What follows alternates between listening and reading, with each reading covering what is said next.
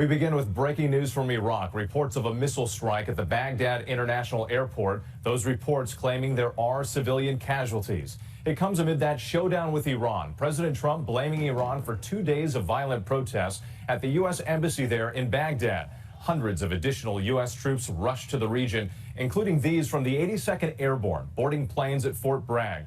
And tonight, Defense Secretary Mark Esper warning that Iran may be planning new attacks on U.S. interests. ABC's chief global affairs correspondent Martha Raddatz leading us off.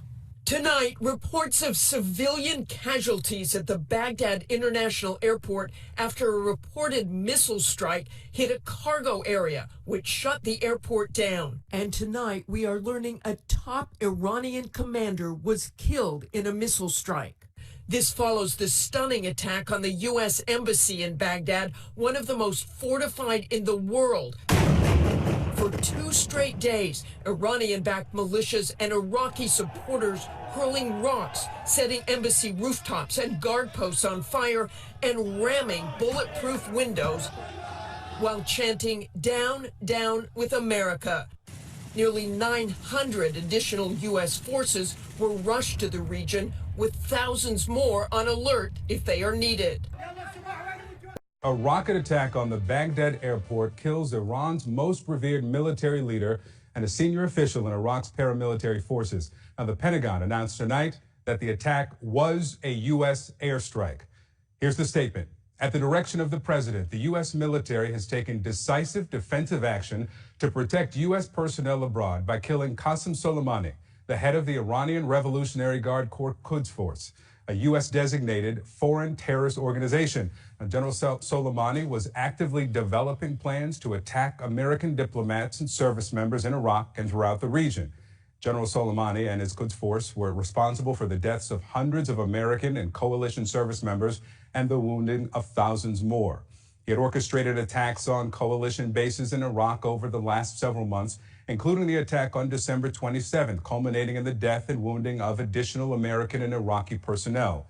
General Soleimani also approved the attacks on the U.S. embassy in Baghdad that took place this week.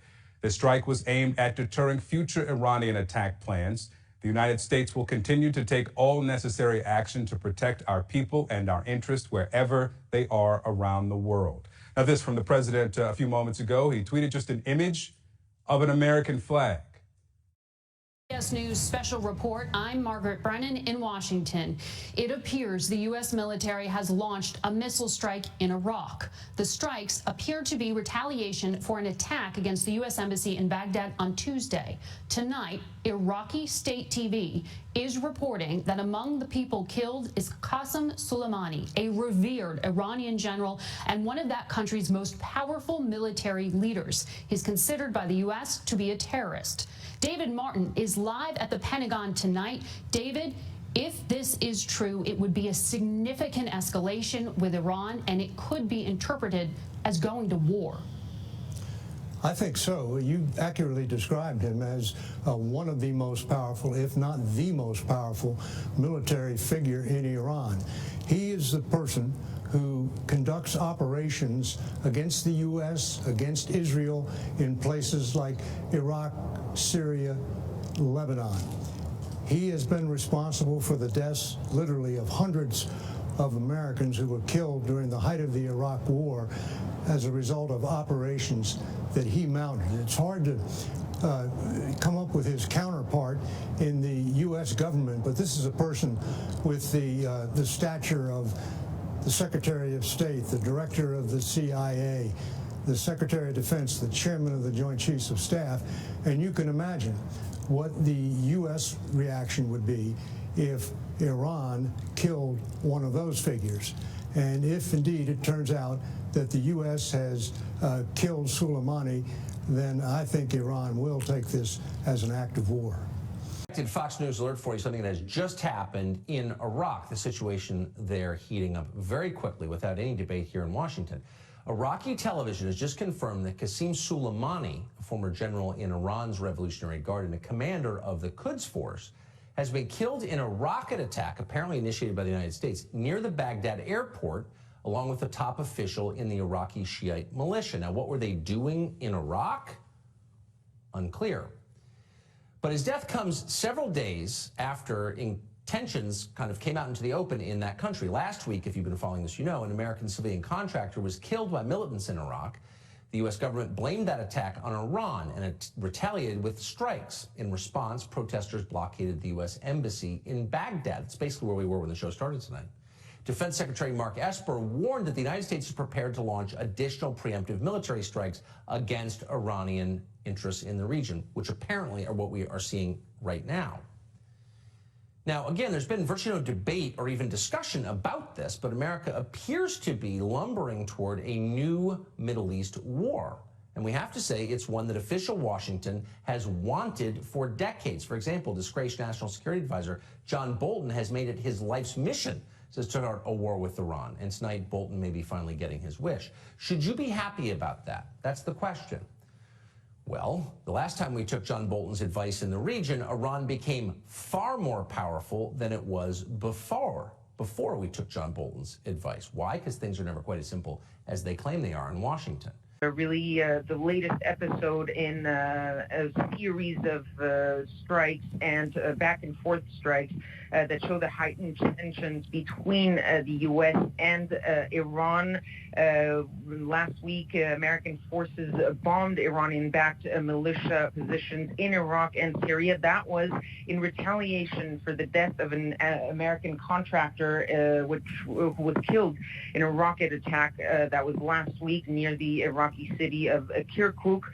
Pro-Iranian militia members then marching, of course, those images that we saw on France 24, marching on the U.S. embassy in Baghdad on Tuesday, imprisoning U.S. diplomats, dozens of them, for more than 24 hours, burning the embassy's reception area before withdrawing late Wednesday afternoon from the area of the embassy. And these events and these attacks were mentioned in the statement by the Pentagon saying that Soleimani had orchestrated those attacks on coalition bases in Iraq, including that attack that killed that U.S. contractor. And the statement also says that Soleimani approved the attacks on the U.S. embassy in Baghdad that took place this week. So this is really the Americans striking back at what they see as a multiplication of strikes from Iranian-backed militias. And really, it is another episode and the latest heightened episode of this proxy war between the U.S. and Iran, because really those who they are targeting, those the Americans are targeting, are the Iranians that they see as being behind all the problems in the region. Artificially boosting oil prices and ripping off consumers. In reality, OPEC isn't as powerful as it used to be for two main reasons. First, the fracking revolution in the U.S. over the last decade has made America much less reliant on its product. And second, Saudi Arabia hasn't been able to effectively control the other OPEC members. OPEC stands for the Organization of Petroleum Exporting Countries. Its members control about 40% of the world's oil supply, and they're supposed to work together to decide how much oil to produce. It's simple supply and demand. To raise the price of oil, OPEC members simply agree to produce less. To lower the price, they produce more. But it doesn't always work out like that, at least not anymore. OPEC gained its reputation to control global oil markets in the 1973 oil crisis, basically because some of the members of OPEC put an embargo on the United States. The sudden cutoff of oil from the Middle East turned the serious energy shortages we expected this winter into a major energy crisis. But along the way, OPEC countries basically stopped listening to the group's de facto leader, Saudi Arabia. The Gulf nation would set the oil production goals for the other members, but the other countries didn't always comply. If the other members joined Saudi Arabia and actually stuck to their production quotas, they could change the price of global oil by quite a bit. But the problem is that other members of OPEC have the incentive to cheat because they're producing considerably less, and at the margin, they need the money a lot more than Saudi Arabia does.